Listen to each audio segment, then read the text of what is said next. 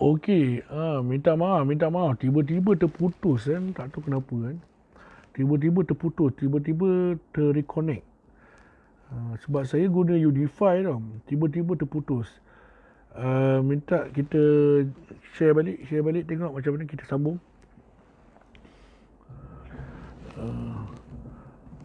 Tiba-tiba terputus, sambung masuk balik. Masuk balik.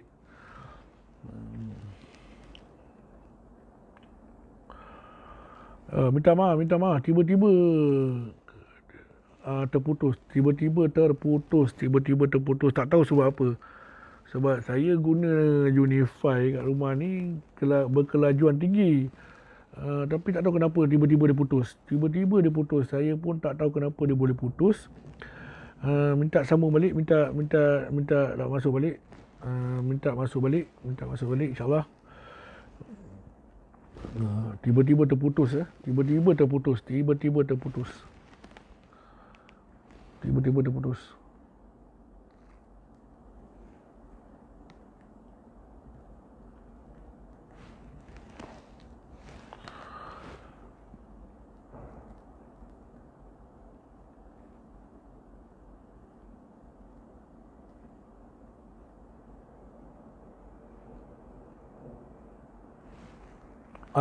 Masuk balik. Tak tahu kenapa tiba-tiba terputus.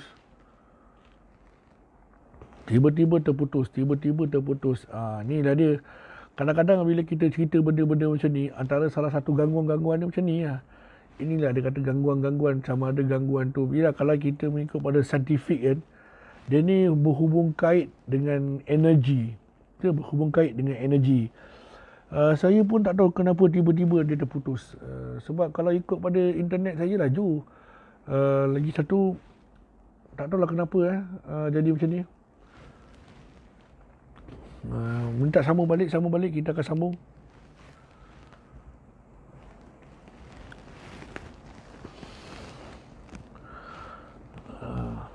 Sambung balik. Minta lagi masuk share lagi. Minta maaf. Potong steam kan. Potong lah kan. Dia tengah-tengah cerita tiba-tiba dia terputus.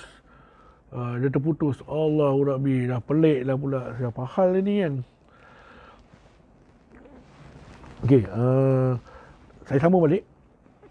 Sampai dekat Danang Kota. Sampai dekat Danang Kota. Pakcik Din kejut kita orang. Lepas tu kita orang pun saya bangun lah.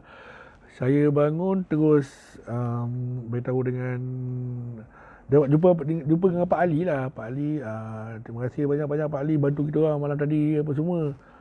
Lepas tu Pak Ali kata tak apalah, korang ni orang muda, sementara tengah badan tengah kuat ni, pergilah belajar ke menuntut ke, carilah ilmu, insya-Allah tak ada apa-apa tu.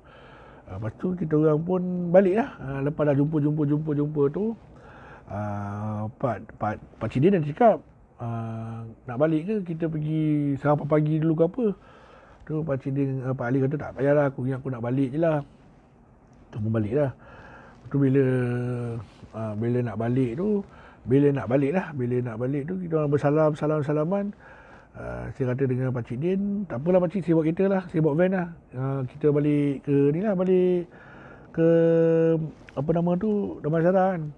Balik. Lepas tu apa nama tu, lagi pun kenderaan saya kat sana, semua kat sana. Tu Pak Ali, Pak Din, Pak Cik Din, okeylah boleh lah, kita pun pergi sana, kita balik lah. Sampai dekat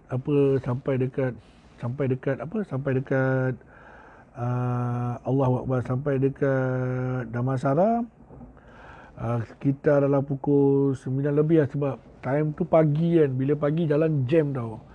Jalan tu memang jam. Sampai sana, saya dah sampai dekat rumah Din. Din pun cakap apa nama tu, saya minta tumpang untuk mandi rumah dia apa semua. Lepas dah mandi apa semua, kebetulan pula Pakcik dia pun tak balik, dia pun stay situ. Bukan stay lah, kira dia pun nak rehat lah, saya ingat kan. Lagipun Pakcik Din dengan Din ni kan kawan lain, sedang mara. Bila dah borak, saya dah habis mandi semua, saya pakai baju, pakai seluar. Saya kata dengan Pakcik Din, Pakcik, saya ingat saya nak balik ni. Din, aku ingat aku dah gerak. Dia cakap, kau tidur dulu lah, nanti tengah-tengah hari lagi lah balik kan. Lepas tu saya kata dengan dia, tak apalah aku balik lah sebab lagi pun tengah hari lagi kalau tak ada apa-apa, nak pergi Salam dekat tu. Lepas tu Din pun cakap, alah daripada sini pergi Salam kan dekat. Lepas tu saya kata, ada benda lah aku nak angkat kat rumah nanti, tak apa-apa, dapat aku balik lah. So saya pun minta izin untuk balik lah. So saya pun balik lah. Balik sampai kat rumah pun macam biasa. Sampai kat rumah macam biasa, saya pun buka baju kan, mandi lagi sekali kan, mandi. Lepas tu dalam pukul 2, 2.30 tu saya pergi Salam. Lepas saya dah pergi Salam, saya ada urusan kerja. Saya balik rumah. Saya balik dalam pukul 7.30 malam. Saya sampai kat rumah pukul 7.30 malam. Bila saya sampai dekat rumah, lepas dah makan tu, malam tu saya tidur awal. Salah satu sebab saya tidur awal kenapa? Sebab terlalu letih sangat kan? Sebab semalam tu kira dengan gangguan lagi, dengan perjalanan yang jauh lagi kan, dengan gangguan lah. Jadi saya pun tidur awal. Malam tu saya kata dengan kawan mak saya nak tidur awal. Saya tidur pun awal tak awal sangat pun, dalam pukul 10 lah saya tidur. So dalam pukul 10 tu, masa tengah tidur, mak saya tak tidur lagi. Dia ada lah benda dia nak buat kan, dia nak godek tu godek ni apa semua kan. Tu bila dah pukul 12, kat 11 lebih tu, 11 nak dekat kat 12 lah. Time tu hujan. Malam tu hujan. Mak saya kejut saya. Dia kata, bang bangun. Saya kata, kenapa? Dia kata, ada bunyi satu lah kat atas bumbung. Saya kata dengan dia, kau tak payah fikir-fikir lah, ini musang ke kucing. Sebab kat rumah saya ni, kadang-kadang kucing dan musang rajin lalu atas bumbung ni. Tu yang bunyi gedung-gedang tu. Lepas tu orang cakap, ni tak bang, ni lain bang, ni dia punya lain macam bunyi tu. Lepas tu dia kata, dia nak pergi tandas pun takut. Dia kata, lepas tu, yelah kita ni dah penat kan. Nak marah tu ada. Tapi saya kena tahulah kerja saya macam mana. Jadi kena tahulah benda-benda ni dia akan tak ada ganggu saya, dia ganggu lain kan. Lepas tu saya pun bangun. Saya basuh muka bagi segar juga, saya lepak depan temankan dia lah, dia pun takut kan. Lepas tu saya cakap dia, kau pergi tidur lah, biar nanti kan bila kau dah tidur nanti kan aku tidur pula. So dia pun tidur lah. Lepas dia tidur, saya pula macam diganggu pula benda-benda macam tu. Okey. Dalam pukul, saya ni rajin tidur lewat-lewat. Dalam pukul 12.30 ke 1 tu saya layan movie tau. Saya layan cerita Young and Dangerous satu. Saya ingat lah. Masa tu dah masuk lagi Young and Dangerous. Masa saya layan tu, ketika tu hujan. Saya dekat dapur tu, saya nak pergi dapur nak buat air tu. Masa saya nak buat air tu, tengah-tengah saya buat tu, saya ada dengar macam bisikan tau. Dia punya bisikan dia, bunyi dia tunggu. Macam tu. Saya tak tahulah bunyi perkataan tu bunyi tunggu ke ataupun apa ke, cuma dia bunyi macam tu lah bunyi dia. Saya pun macam dah dia macam lah. Dan saya pula nak pergi ke depan tu. Masa saya nak pergi depan, daripada dapur tu, saya akan lalu kat ruang tamu tengah. Depan ruang tamu tengah tu, saya akan pergi ke depan. Okey, saya tunjuk macam mana keadaan dia. Okey, ini ruang tamu depan. Okey, yang ni pula ruang tamu tengah ke dalam. Okey, masa saya nak pergi ke ruang tamu depan ni, tempat yang saya nak duduk ni. Okey.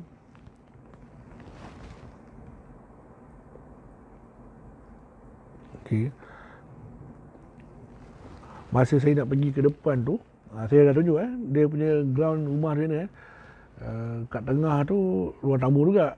Okey. Kat depan ni kira ruang tamu besar lah. Sementara saya sampai depan, dekat sofa saya tu ada satu perempuan duduk. Bila saya sampai tu, seram bulu roma saya sampai terjatuh cawan tu. Pecah. Lepas tu saya tergamam, saya terperhatikan dia je. bila saya tengok dia, TV tu terpadam tau. TV tu dia macam ni dia bukan terpadam sebab saya duduk, tak. Rumah kita, saya tahulah setiap rumah kan dia ada TV. Bila kita dalam 2 minit tak tengok kan, dia terus auto tertutup kan.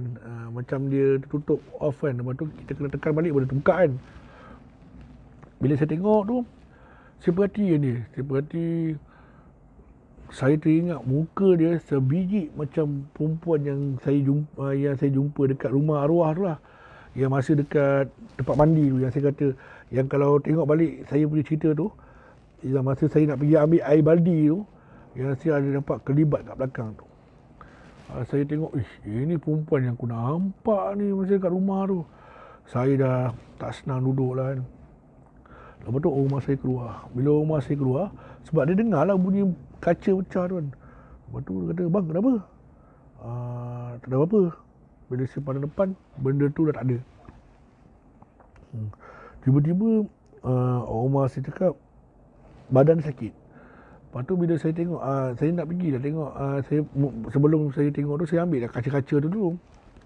Dia cakap dengan saya, badan dia sakit. Saya cakap, ada sakit macam mana? Tak tahu, macam sakit lah, macam sakit sengal. Saya pun saya ambil lotion nak sapu, bagi lotion angin kan. Bila saya tengok belakang dia macam ada kesan cakar tau. Dia ada kesan cakar. Saya kata dia, kau ni garu ni kuat sangat ni. Lepas tu dia kata, mana ada orang garu kan, tak ada garu apa semua. Tapi dia kata tak ada. Ini lain ni. Lepas tu bila orang saya tengok lebam kan. Lebam. Lepas tu bila saya tengok lebam, saya teringat pula tangan Pakcik Din yang lebam tu. Saya cakap dengan rumah, saya tidur lah, dah apa-apa lah. Lepas tu saya terus telefon Din. Saya telefon Din, berkali-kali saya telefon dia sampai dia angkat. Lepas tu saya cakap, Din, aku nak call pakcik kau Din. Saya ni lebih suka perantaraan. Saya tak suka direct dengan orang. Walaupun saya ada nombor telefon Pakcik Din, saya tak akan telefon Pakcik Din, saya akan telefon Din dulu. Lepas tu bila saya cakap dengan Din, kau nak cakap dengan pakcik aku apa? Pakcik aku ada kat rumah aku. Dia tak balik pun, dia tidur rumah. Cantik. Dia call lah pakcik dia. Dia kejut pakcik dia. Dia bila kejut pakcik dia, cakap, pakcik kat rumah Din Dia cakap, ya. Kenapa pakcik? Pakcik ingat tak yang masa kita mandikan arwah yang semalam tu, yang kat Gombak tu, tangan pakcik tu masih ada lebam lagi tak? Dia kata ada lagi. Kenapa? Lebam tu dia ada kat badan orang rumah saya lah. Lepas tu dia kata, ya betul. Betul. Lepas tu pakcik dia kata, macam ni lah, kau telefon Pak Ali, Pakcik Ali, Pakcik Ali. Kau telefon Pakcik Ali. Lepas tu saya pun telefon Pakcik Ali. Telefon Pakcik Ali. Saya tak ada nombor telefon Pakcik Ali. Saya ada nombor telefon anak dia. Saya telefon anak dia. Anak dia kata dekat luar. Dia kat luar lah. Lepas tu saya kata, macam mana saya nak telefon Pakcik Ali ya? Dia kata, tak apa, lagi setengah jam nanti abang kau balik. Dia tu. Okay, saya pun tunggulah lagi setengah jam. Setengah jam tak ada, setengah jam. Saya ingat dalam 20 minit lah. Dia pun bergegas balik agaknya. Lepas tu Pakcik Ali ni satu hal. Dia memang tak suka ada telefon. Dia ada telefon ni menyusahkan dia. Apa-apa telefon anak dia. Jadi saya dapat cakap dengan anak dia, saya cakap dengan Pakcik Ali. Pakcik Ali cakap, dia kata benda tu walaupun kita dah selesai, tapi macam ada benda yang tak lepas. Sama ada daripada segi perbuatan ataupun daripada segi niat, kita tak tahu. Lepas tu saya kata dengan Pakcik Din, Pakcik Ali, pakcik, kalau saya diganggu tu tak apa lah pakcik kan.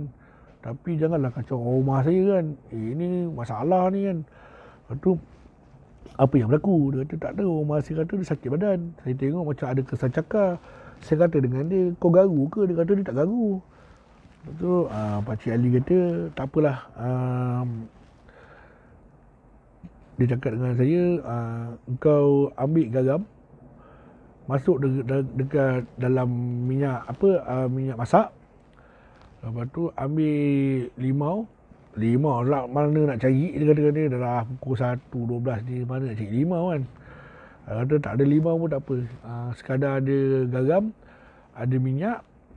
Lepas tu dia kata kunyit ada tak? Kata kalau ada kunyit tu, ambil yang dia punya potong, ambil yang dia punya kuning tu bagi tangan kita kuning. Lepas tu masuk ke dalam minyak yang ada garam tu, gaulkan sambil baca kursi dengan Bismillah 6. Lepas tu ambil minyak tu, urut belakang rumah tu. Bila saya dah buat macam tu, lepas tu saya kata dengan Pak Ali. Tapi Pak Ali, tadi saya nampak kelibat tau. Kelibat tu sebiji dekat rumah kat Gombak tu.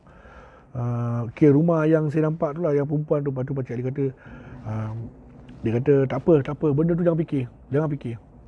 Kau buat dulu apa benda yang kau patut buat. So saya pun pergi dekat rumah, saya urut, kan? Saya dah baca apa semua. Lepas saya dah urut tu, lepas saya dah urut, besok tu dia dah tidur lah tu. Besok tu pula saya tengok belakang dia yang ada cakar tu dah tak ada dah. Cuma ada kesan merah tu, iaitu kesan saya tonyoh, saya urut dia. Tu je. So saya besok tu pagi tu orang rumah saya tak sihat, dia demam. Dia kata dia tiba-tiba baru tak sihat. Dia pergi klinik, lepas pergi klinik tu dia pergi sendiri lah, dia ada klinik panel lah. Saya terus pergi jumpa Pak Ali. Saya jumpa Pak Cik Ali. Saya borak dengan Pak Cik Ali apa benda yang berlaku. Pak Cik Ali bagi saya air, dia bagi saya daun pandan dengan 5 purut. Dia cakap balik garang, kau potong 5 purut ni, satu kau campak depan, satu kau campak belakang. Okay. Rumah saya ni mana ada pintu belakang. Lepas tu dia kata tak ada pintu belakang pun tak apa, kau campak je duduk kat luar.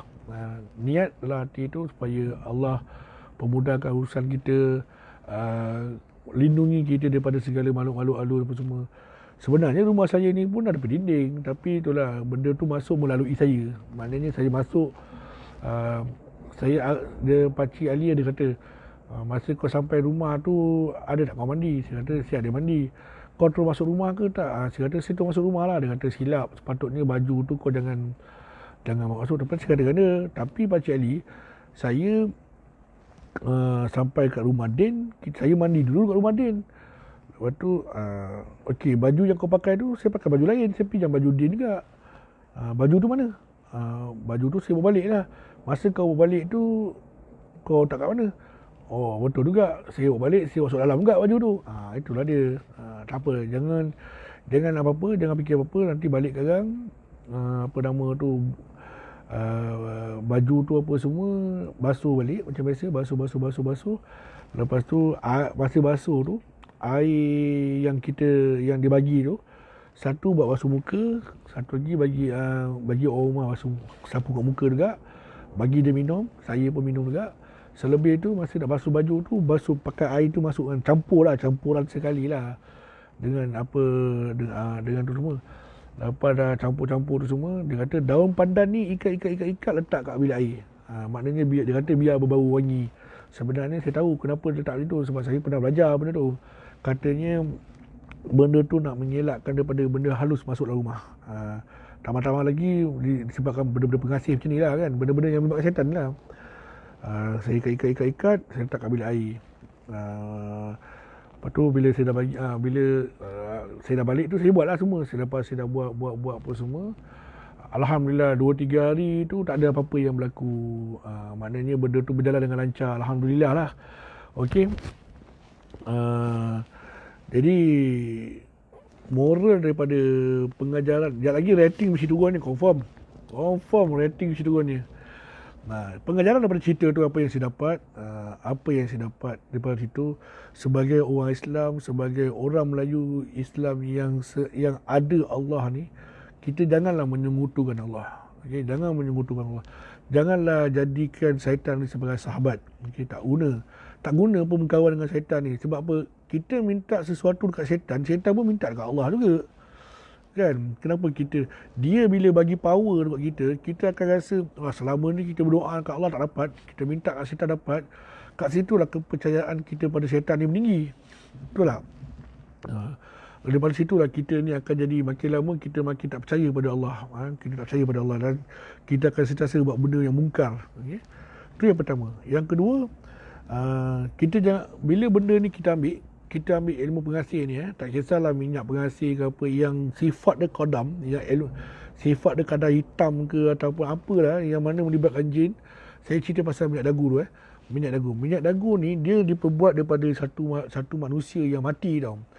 Bila kita ambil dia secara tak langsung, kita ambil kadam dia, kita ambil roh dia untuk dijadikan sebagai pendamping kita. Dan minyak tu sebagai dia punya material dia. Kalau kita pakai minyak tu, sebenarnya orang tu yang suka kita tu bukan orang tu suka kita, benda tu yang menggerakkan hati tu suka kita. Jadi benda tu tak natural lah, tak bagus. Bila kita dah ada minyak dagu ni, kita secara tak langsung benda tu dah menyekutukan Allah lah. Dan yang ketiganya, bila kita belajar ilmu pengasih ni, dia lebih pada selalunya orang yang ambil ilmu pengasih ni, mungkin mungkin dia nak guna untuk perniagaan dia ke, orang senang duduk dengan dia ke apa ke, wallahu alam, atas bergantung pada niat masing-masing. Okey. Lepas tu daripada apa yang saya tengok dan saya belajar, pengalaman yang saya uruskan ni, bila kita menguruskan benda-benda ni, dia akan datang benda-benda yang Allah akan utuskan benda ni supaya dia tunjukkan kita petunjuk tau. Kalau kita buat benda ni, mati kita macam ni dah. Contoh, tapi mati tu tetap mati. Tapi sama ada mati tu kita mati macam mana kan? Sama ada bumi terima kita ke tak terima ke, itu antara urusan tu dengan Allah. Tapi kesan yang kita nampak daripada situ, daripada apa yang kita belajar, apa yang kita ambil. Benda yang kita ambil ini, bila kita nak mati, nampak kat situ kan. Cerita dia susah nak mati. Dah mati, tapi benda tu duduk dalam badan. Kira orang kata saka lah. Ataupun lebih tepat, orang kata hantu raya. Tapi dia tak hantu raya, tapi dia adalah minyak dagu. Jadi apa yang saya perkongsikan pada hari ini, itulah pengalaman misteri yang saya ada, yang saya berkongsikan kepada sahabat-sahabat saya dalam ni. InsyaAllah kalau tak ada apa-apa Aral, besok saya akan kongsikan satu cerita di mana saya menunggu jenazah dekat bilik mayat seorang diri. Sebab apa seorang diri? Sebab adalah sebab-sebab dia. Besok saya akan cerita. Kalau hari ni saya buka tak cun lah, dah tak rahsia lah. Besok saya akan cerita. InsyaAllah kalau tak ada urusan jenazah ke apa besok, saya akan berkongsikan. Tapi hari ni cerita saya, okey, satu lagi, kenapa terputus tadi, saya memang tak tahu kenapa terputus. Saya anggap, Allah alam lah, sebab apa, internet saya ni laju je. Tiba-tiba terputus, nak kata bateri tak ada, saya memang direct dengan bateri, dengan charger. Tapi itulah, benda tu berlaku, biar berlalu lah kan. Jangan fikir, kalau fikir kan dia jadi pelik pula kan. Okey, sebelum saya nak habis, saya nak tengok apa yang ada. Apa yang apa nama tu, cakap dekat dia tak letih ke asyik duduk je. Siapa? Saya ke? Tak letih lah. Din ada tak esok? Tak ada. Puasa je lah. Puasa lah. Din macam mana? Din okey. Tidur dah. Kan dah malam ni. Ada ganggu benda tu. Yelah, kau macam-macam. Okey. Live 2 jam memang auto padam bos. Iya ke? Sebab saya pernah live. Tak tahulah. Saya tak tahu benda ni. Saya tak tahu. Kenapa tiba-tiba terpadam, saya tak tahu. Macam saya kata tadi, tiba-tiba terpadam, saya tak tahu. Kan, sebab saya tak rasa ada benda pelik-pelik dalam rumah saya ni. Nak kata internet saya tak laju. Tapi terpadam tu, saya tak tahulah kenapa kan. Okey, apa lagi? Bini kedua appreciate. Biasa tu, interpret live memang kacau sekarang. Sebab Din MC lah tu. Kata ada live dengan Angka Getang. Bila pula saya live dengan Angka Getang? Saya Angka Getang ni pun tak percaya. Abang P, bini kedua arwah macam mana? Okey. Bini kedua arwah saya memang tak tahu. Saya tak ambil campur. Tak ambil tahu langsung. Yang saya tahu, dah selesai dah. Bini yang nombor 2 saya tak ambil tahu. Sebab saya tak suka nak ambil tahu hal orang. Okey. Yang saya tahu, saya dah selesaikan pengurusan jenazah tu. Dah settle, saya balik. Lepas tu apa yang berlaku kat saya dengan family saya akan cuba solution. Dalam masa saya dengan saya pengalaman tu, saya sendiri pun sampai kena berubat dengan Pakcik Ali. Pakcik Ali berubatkan saya. Dan Din pun kena berubat juga. Sebab apa? Saya dapat tahu daripada Pakcik Din, Din 2-3 hari tak boleh tidur. Tapi saya tak buka lah cerita dekat Din. Pakcik Din yang cerita dengan saya. Tapi saya tak buka lah cerita kat dia kan.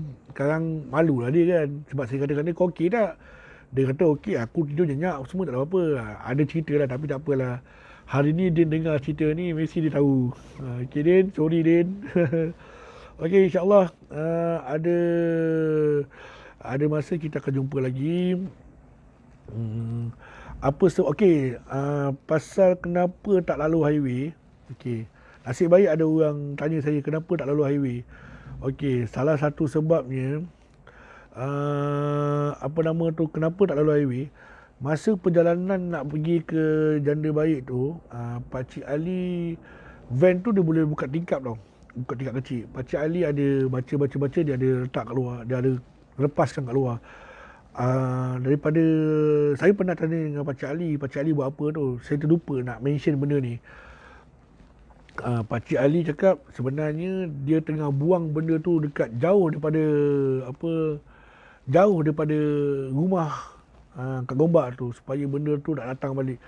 Dan untuk pengetahuan pendengar-pendengar saya, okey semua, rumah yang arwah tu dah tak ada dah. Okey. Rumah yang arwah tu dah tak ada dah. Dah tak ada dah. Lepas kenapa dah tak ada? Sebab saya ada kawan seorang kat sana, nama dia Syawal. Saya pernah pergi jumpa sahabat saya, Abang Fauzi. Siapa kenal Abang Fauzi, dia tahulah Abang Fauzi tu dia kira orang lama sana lah, Abang Fauzi. Abang Fauzi pendek-pendek je. Dia ada jual barang-barang dekat barang-barang hutan lah dia jual dekat Masjid India dulu. Sekarang tak ada dah. Okay. Saya pernah pergi kawasan tu lagi sekali. Saya dapati rumah tu dah tak ada dah. Tak tahu dah kena gondol ke kenapa ke tak tahu. Okey, insyaAllah kita akan jumpa lagi. Semoga kita dapat berjumpa lagi di hari yang lain.